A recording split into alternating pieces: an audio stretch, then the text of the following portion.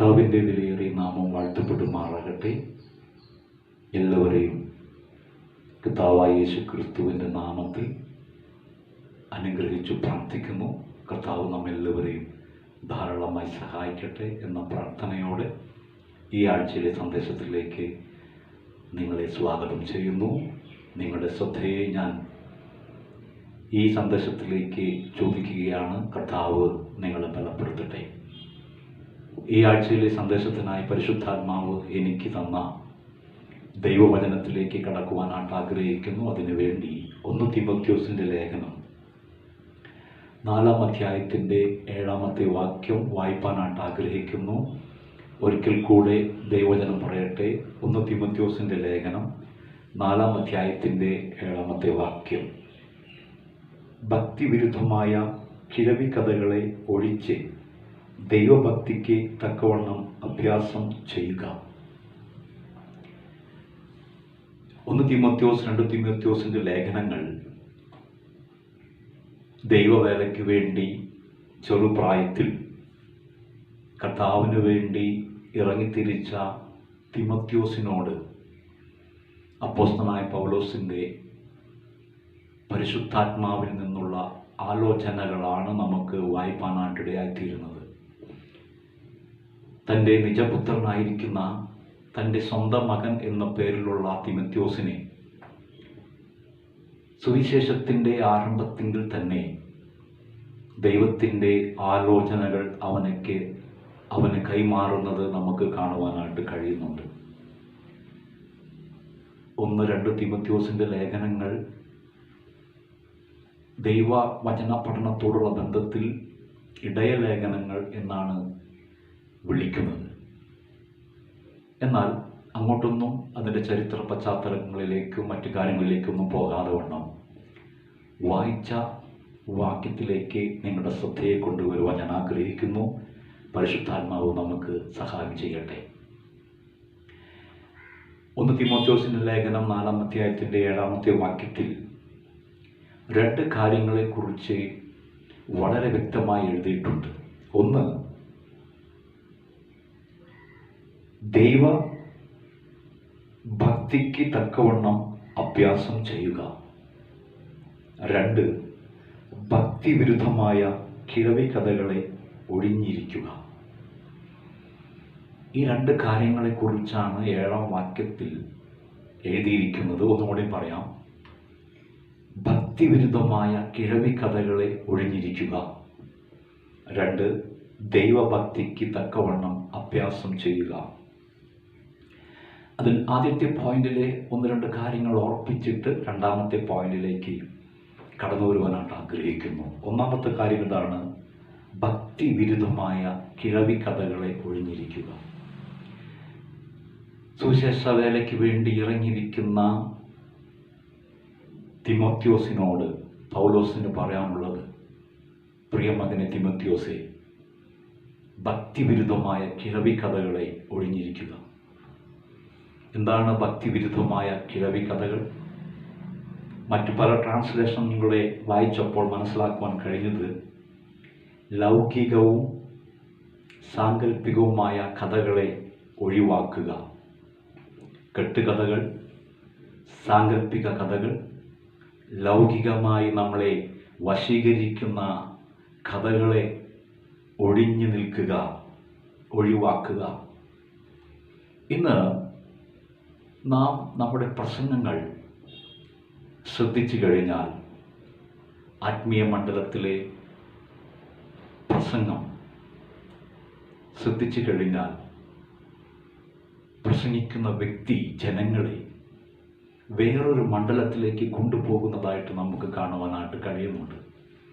കിഴവി കഥകൾ, സാങ്കല്പികമായ കാര്യങ്ങൾ, ലൗകികമായ കാര്യങ്ങൾ, എല്ലാ പ്രസംഗത്തിലും ലൗകികമായ കാര്യങ്ങൾ, ഈ ലോകത്തിന് ആവശ്യമായിരിക്കുന്ന, ഈ ലോകത്തിന് അനുരൂപമായിരിക്കുന്ന കാര്യങ്ങളെക്കുറിച്ചാണ് അധികം പ്രസംഗിക്കുന്നത്. സാങ്കല്പികമായ കാര്യങ്ങൾ, കെട്ടുകഥകൾ. ചില വ്യക്തികൾ ദൈവത്തെ സുഖിപ്പിക്കുവാനായിട്ട് കെട്ടുകഥകൾ ചമയ്ക്കും. അവരുടെ പ്രസംഗത്തിലൂടെ അവർ വന്നിരിക്കുന്ന ജനത്തിന് സന്തോഷം പകരുവാൻ, ആനന്ദം പകരുവാൻ കിഴവിക്കഥകൾ പറയുന്നത് പോലെ കെട്ടുകഥകളെ അവതരിപ്പിക്കുകയും ദൈവത്തെ സുഖിപ്പിക്കുവാനായിട്ട് ശ്രമിക്കുകയും ചെയ്യുന്നു. എന്നാൽ ദൈവത്തിന് അങ്ങനെയുള്ള സുഖമൊന്നും വേണ്ട. ദൈവം അതിൽ ആനന്ദിക്കുന്ന വ്യക്തിയുമല്ല.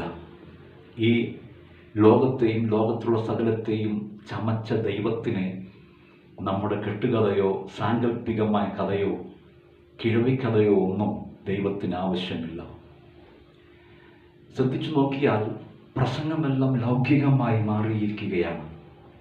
സാങ്കല്പികമായ കെട്ടുകഥകൾ, കിഴവികൾ സംസാരിക്കുന്ന കഥകൾ. പണ്ട് നമ്മുടെ അമ്മൂമ്മമാർ, പ്രായമുള്ളവർ കുട്ടികളെ ഉറക്കുവാനായിട്ട് കഥകൾ പറയും.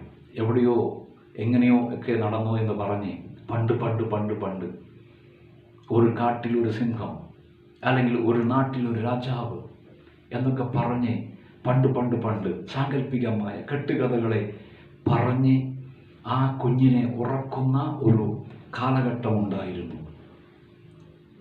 ഇന്ന് മിക്ക സഭകളിലും ഭക്തിവിരുദ്ധമായ കിഴവിക്കഥകളെയാണ് ജനങ്ങൾ കേട്ടുകൊണ്ടിരിക്കുന്നത്.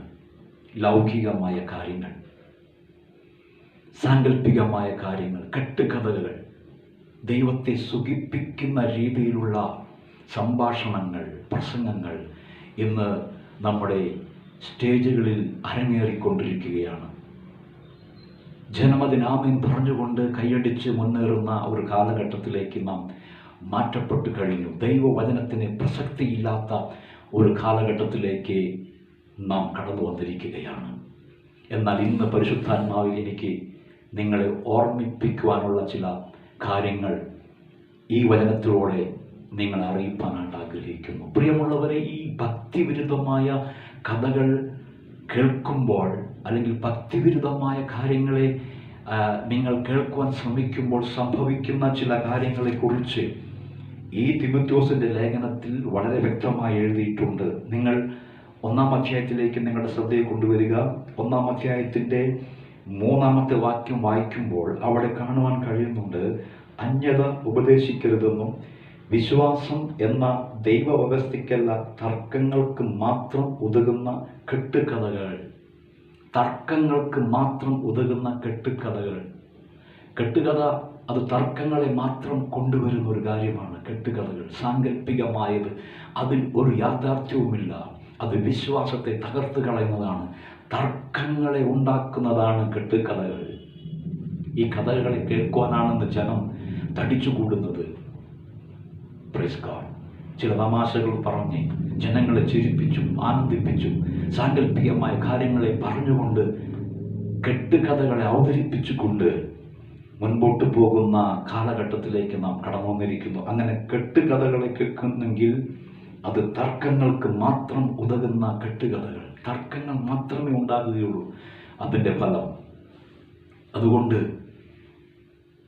എന്നെ ശ്രദ്ധിക്കുന്ന പ്രിയമുള്ളവരെ, കെട്ടുകഥകൾ കേൾക്കുവാനല്ല, ദൈവവചനത്തിലേക്ക് നിങ്ങളുടെ ശ്രദ്ധയെ തിരിക്കുവാൻ ഞാൻ നിങ്ങളുടെ ദൈവാത്മാവിൽ ഓർപ്പിക്കുന്നു.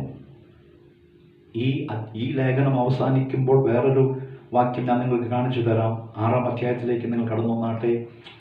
6-ാം അധ്യായത്തിൻ്റെ അവസാന ഭാഗങ്ങളിൽ അപ്പോസ്തലനായ പൗലോസ് വീണ്ടും ചില കാര്യങ്ങൾ ഓർപ്പിക്കുന്നുണ്ട്. 6-ാം അധ്യായത്തിൻ്റെ 3-ാമത്തെ വാക്യം നോക്കിക്കേ. നമ്മുടെ കർത്താവായ യേശു ക്രിസ്തുവിൻ്റെ പഥ്യവചനവും ഭക്തിക്കൊത്ത ഉപദേശവും അനുസരിക്കാതെ അന്യത ഉപദേശിക്കുന്നവർ. അവിടെ ഭക്തിക്കൊത്ത ഉപദേശം അനുസരിക്കാതെ അന്യത ഉപദേശിക്കുന്നവർ. ഇനി എൻ്റെ 20-ാം വാക്യത്തിലേക്ക് വന്നേ. അല്ലയോ തിമോഥെയോസേ, നിന്റെ പക്കൽ ഏൽപ്പിച്ചിരിക്കുന്ന ഉപതി നീ കാത്തുകൊണ്ട് ജ്ഞാനം എന്ന് വ്യാജമായി പേര് പറയുന്നതിൻ്റെ ഭക്തിവിരുദ്ധമായ വൃഥാലാപങ്ങളെയും തർക്കസൂത്രങ്ങളെയും ഒഴിഞ്ഞു നിൽക്കുക. തിമോഥെയോസിൻ്റെ 6-ാം അധ്യായത്തിൻ്റെ അവസാന ഭാഗങ്ങളിലേക്ക് വരുമ്പോൾ പൗലോസ് ശക്തമായ ആലോചന കൊടുക്കുകയാണ്. ഭക്തിവിരുദ്ധമായ വൃദ്ധാലാപങ്ങളെയും തർക്കസൂത്രങ്ങളെയും ഒഴിഞ്ഞു നിൽക്കുക. വ്യർത്ഥ ഭാഷണം, ഭക്തിക്ക് എതിരായ ഭക്തിവിരുദ്ധമായ തർക്കങ്ങൾ ഉളവാക്കുന്ന വ്യർത്ഥ ഭാഷണത്തിൽ നിന്നും നീ ഒഴിഞ്ഞിരിക്കുക. ഇന്ന് പ്രിയമുള്ളവരെ, എന്നെ കേൾക്കുന്ന പ്രിയമുള്ളവരെ, ഭക്തിവിരുദ്ധമായ പ്രസംഗങ്ങളും ഭക്തിവിരുദ്ധമായ ആലോചനകളുമാണ് ഇന്ന് അനേകം പേർ നമ്മുടെ ചെവികളിൽ ഓതിക്കൊണ്ടിരിക്കുന്നത്. ഭക്തിവിരുദ്ധമായ കിഴവിക്കഥകൾ, സാങ്കല്പിക കഥകൾ, കെട്ടുകഥകൾ, ലൗകികമായ കാര്യങ്ങളെ പറഞ്ഞ് ജനത്തെ വഞ്ചിക്കുന്നവർ എഴുന്നേറ്റുകൊണ്ടിരിക്കുന്ന ഒരു കാലഘട്ടത്തിലേക്ക് മാറിയിരിക്കുകയാണ്. പൗലോസ് വളരെ വ്യക്തമായി ശക്തമായി വിളിച്ചു പറയുന്നു, മകനെ തിമോത്തിയോസേ, ഭക്തിവിരുദ്ധമായ കിഴവിക്കഥകളെ ഒഴിഞ്ഞ്, അതിനെ നീ മാറ്റി നിർത്തി, അതിനെ ഒഴിവാക്കി അടുത്ത് നീ ചെയ്യേണ്ടത് ഇങ്ങനെയാണ്: ദൈവഭക്തിക്ക് തക്കവണ്ണം അഭ്യാസം ചെയ്യുക. ദൈവഭക്തിക്ക് തക്കവണ്ണം അഭ്യാസം ചെയ്യുക. ഒരു ദൈവഭക്തനാകുവാൻ നിന്നെ തന്നെ പരിശീലിപ്പിക്കുക. ഭക്തിവിരുദ്ധമായ കിഴവിക്കഥകളെ ഒഴിവാക്കി നിന്നെ ദൈവഭക്തിക്ക്, ഹല്ലേലൂയ, ദൈവഭക്തനാകുവാൻ നിന്നെ പരിശീലിപ്പിക്കുക. എക്സസൈസ്, അഭ്യാസം ചെയ്യുക. ഹല്ലേലൂയ. ദൈവഭക്തിക്ക് തക്കവണ്ണം അഭ്യാസം ചെയ്യുക. ഇതിനെ നീ ഒഴിവാക്കുക. ഇത് നിന്നെ ചതിക്കും, നിന്റെ വിശ്വാസത്തെ എടുത്തു മാറ്റും, നിന്നെ ലൗകികമായ വിഷയങ്ങളിലേക്ക് കൊണ്ടുപോകും, ദൈവത്തിൽ നിന്നും നിന്നെ അകറ്റിക്കളയും. കിഴവിക്കഥകൾ അത് സാങ്കല്പികമാണ്, അത് കെട്ടുകഥകളാണ്, അത് നിന്നെ തകർത്ത് കളയും. അതുകൊണ്ട് നീ അതിനെ ഒഴിവാക്കുക. അതിന് പകരം ദൈവഭക്തിക്ക് തക്കവണ്ണം പരിശീലിക്കുക, അഭ്യാസം പ്രാപിക്കുക. ഓരോ ദിവസവും എക്സസൈസ് ചെയ്യുക ദൈവഭക്തിക്ക്. ഓരോ ദിവസവും. അതല്ലേ നമ്മുടെ സഭകളിൽ നാം പ്രസംഗിക്കേണ്ടത്. ഓരോ വ്യക്തിയെയും ദൈവഭക്തനാക്കി മാറ്റുക. ഓരോ ആത്മാവിനെയും ദൈവപ്രസാദമുള്ളവരായി മാറ്റുക. ദൈവഭക്തിക്ക് പാത്രമുള്ളവരായി മാറ്റുക. ദൈവത്തിന് പ്രയോജനമുള്ളവരായി മാറ്റുക. അതല്ലേ ദൈവസഭയിൽ നടക്കേണ്ടത്. കിഴിവുകൾ സംസാരിക്കുന്ന കഥകൾ, കെട്ടുകഥകൾ, സാങ്കല്പികമായ കഥകളെല്ലാം നീക്കി ഭക്തിക്ക് തക്കവണ്ണം, ദൈവഭക്തിക്ക് തക്കവണ്ണം പരിശീലിക്കുക. അത് പരിശീലനത്തോടെയാണ് പ്രാപിക്കുവാൻ കഴിയുന്നത്. മകനെ തിമോത്തിയോസേ എന്ന് പൗലോസ് അവിടെ വ്യക്തമായി ആലോചന കൊടുക്കുകയാണ്. ഹല്ലേലൂയ.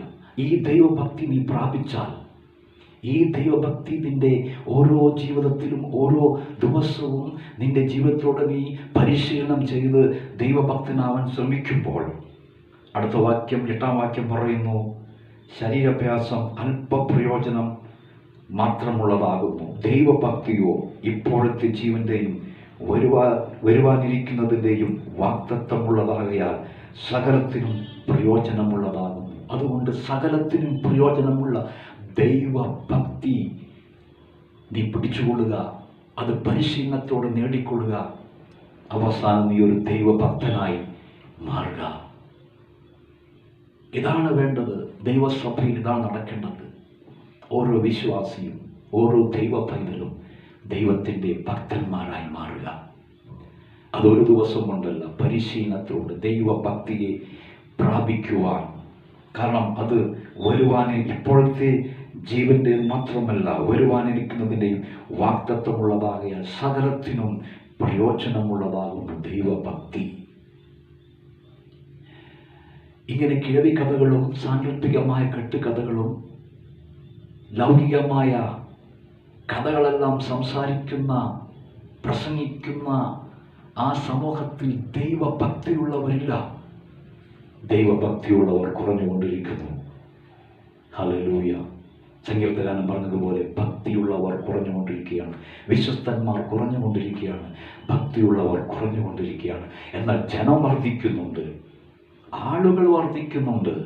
ആളുകളുടെ എണ്ണം കുറവില്ല, ആളുകൾ വർദ്ധിക്കുന്നുണ്ട്, ജനം വർദ്ധിക്കുന്നുണ്ട്. പക്ഷേ ഭക്തിയുള്ളവർ ചുരുക്കമാണ്, ഭക്തിയുള്ളവർ വർദ്ധിക്കുന്നില്ല. വിശ്വസ്തന്മാർ ചുരുക്കമായി കുറഞ്ഞുകൊണ്ടിരിക്കുകയാണ്. വലിയ ജനത്തിൻ്റെ ആരവാരമല്ല നമുക്ക് വേണ്ടത്, ഭക്തിയുള്ള ജീവിതം. ഭക്തന്മാരെ വാർത്തെടുക്കുന്ന ശുശ്രൂഷയായി മാറട്ടെ നമ്മുടെ ശുശ്രൂഷ. ആദ്യം ഞാനൊരു ഭക്തനാകണം, അതിനുശേഷം എൻ്റെ കയ്യിൽ കൊടുത്തിരിക്കുന്ന ജനങ്ങളെ ദൈവഭക്തിയുള്ളവരായി മാറ്റുവാൻ അവർക്ക് പരിശീലനം കൊടുക്കണം. ഹല്ലേലൂയ. ലൗകികവും സാങ്കല്പികവുമായ കഥകളെ ഒഴിവാക്കി ദൈവഭക്തനാകുവാൻ നിന്നെ തന്നെ പരിശീലിപ്പിക്കുക. തിമോത്തിയോസേ, ചെറുപ്രായമാണ്, തെറ്റിപ്പോകുവാൻ സാധ്യതയുണ്ട്. ഹല്ലേലൂയ. വരുന്ന നാட்களிൽ ഇങ്ങനെയുള്ളവർ എഴുന്നേൽക്കുവാൻ സാധ്യതയുണ്ട്. അതുകൊണ്ട് നീ എന്ത് ചെയ്യണം? ഭക്തിയുള്ള മനുഷ്യനായി മാറണം.